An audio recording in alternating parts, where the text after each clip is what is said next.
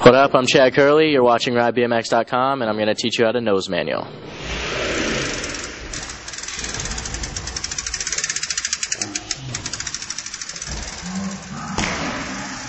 It took me a few months to learn how to nose manual. I always just messed with it in parking lots whenever I was at a spot. Just tried to go from line to line, and gradually I ended up getting better at it. It's always better to try it when there's a set distance you want to go, because then it's easier for your, I don't know, maybe it's just easier for me, but if there's a set distance, I feel like it's easier to practice nose manuals from start to end, start to finish, or whatever.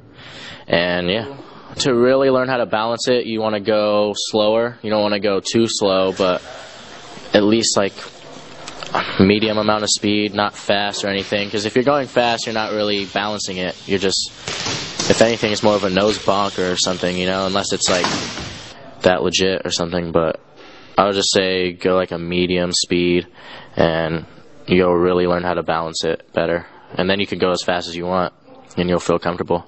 I try to do a little hop into it. It helps a lot. At first, when I first started trying it, I didn't know that it helps, so I always just tried to push into it. But now, if I'm just going to do it flat ground, it's always easier for me if I just give it a little hop into it, and then it locks me in. I think the key to learning nose manuals is to know how to hop over your bars, so you're not scared to actually get steep into it. If you know how to bail out of it and push your bars down to the floor and just jump over the bars, then I feel like it's easier. You're not as worried about going over the bars, and you can actually focus on balancing it.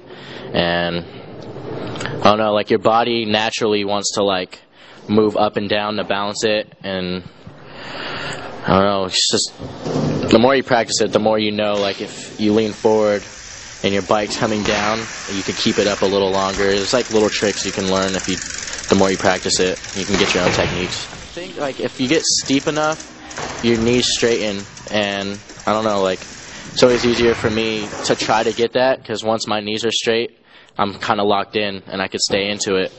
But I don't know, not too much with the knees. It's more for me, it's more with my chest, and using that to help me stay up and balance it. I feel like I practiced it a lot on flat ground, but if there was a ledge where I was maybe I can nose manual that, I would try it, and I feel like that's what really got me better at it, because I'd have a legit setup to try to do a nose manual on. I don't know, I feel like I got better at that, because after I did a certain length on a ledge, I could go to a longer one, and then it just progresses after that. Say my one piece of advice is just to know how to bail. That's the main thing for me.